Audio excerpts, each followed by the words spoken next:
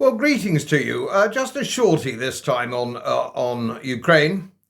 A short piece, because I saw Colonel Kemp's article in the Daily Telegraph, and he's advocating long-range missiles and F-16 so that the Ukraine can take the war into the heart of Russia, take into Russian territory. In short, it means escalation. It's an escalation by any other term. Now, here's the conundrum. Colonel Kemp is absolutely convinced that there will be no retaliation.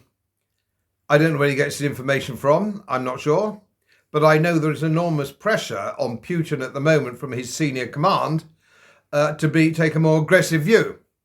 A more aggressive view on the land battle in Ukraine and perhaps in other ways as well, but we don't know.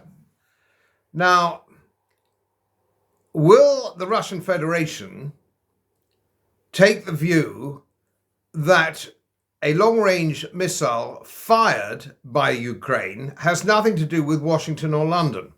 Or will they take the view that this is an American or British missile which has been helped onto its target by an American or British guidance system? And if they take that view, and the pressure on Putin at the moment is very high to actually step up the war, not to step down the war, if you will. Now, Colonel Kemp is under the impression that they won't retaliate. But the point I'd like to make here is, what if they do? What if he's wrong? He might know something I don't know, but I don't think he does from what he's written. I think he's punting it a little bit. They might say, no, we're not prepared to accept that. We don't think this, we regard this as a missile fired basically by Washington or London. And we feel that we must retaliate. The pressure now is great for me to retaliate. So I'm going to whack the Isle of Wight. Or I'm going to whack Oldham or Leeds or something like that. We just don't know. The point I'm trying to make here is that any escalation of this war, in my view, is a mistake.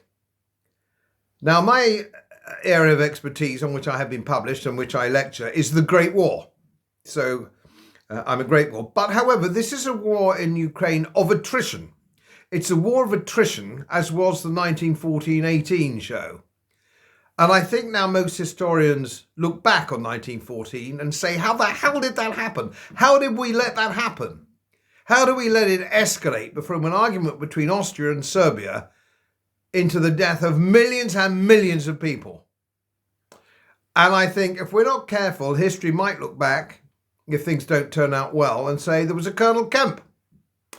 And he was wrong. As most of you know, my work is very heavily independently research-based, and I get my information from all over the world. It would help if you press the subscribe button and the little bell next to it, because the more subscribers I have, the more likely it is that international independent research institutes will share their material with me. It's most helpful, and then of course I'll automatically share it with you. So, surprise, won't cost you anything. Thank you very much.